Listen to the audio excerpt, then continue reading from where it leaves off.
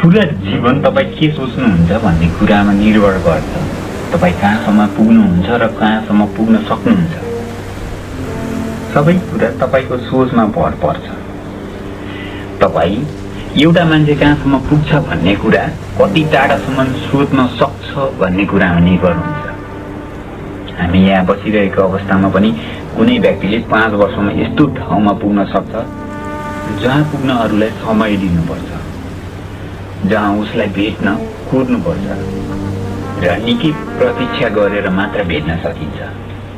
अहिले जस्तो सुकै अवस्थामा देखिने मान्छे पनि 5 वर्ष आफ्नो जीवन मात्र होइन पुरै पुस्ता नै परिवर्तन गर्न सक्छ। तपाईँ जे पनि गर्न सक्नुहुन्छ। पक्ष एउटै हो, ऊ के सोचिरहेको छ, कहाँसम्म सोचेको छ। जहाँ तपाईँ पुग्नुहुन्छ त्यहाँसम्म तपाईँको सोच पुगेको हुन्छ, त्योभन्दा परको यात्रा सम्भव हुँदैन।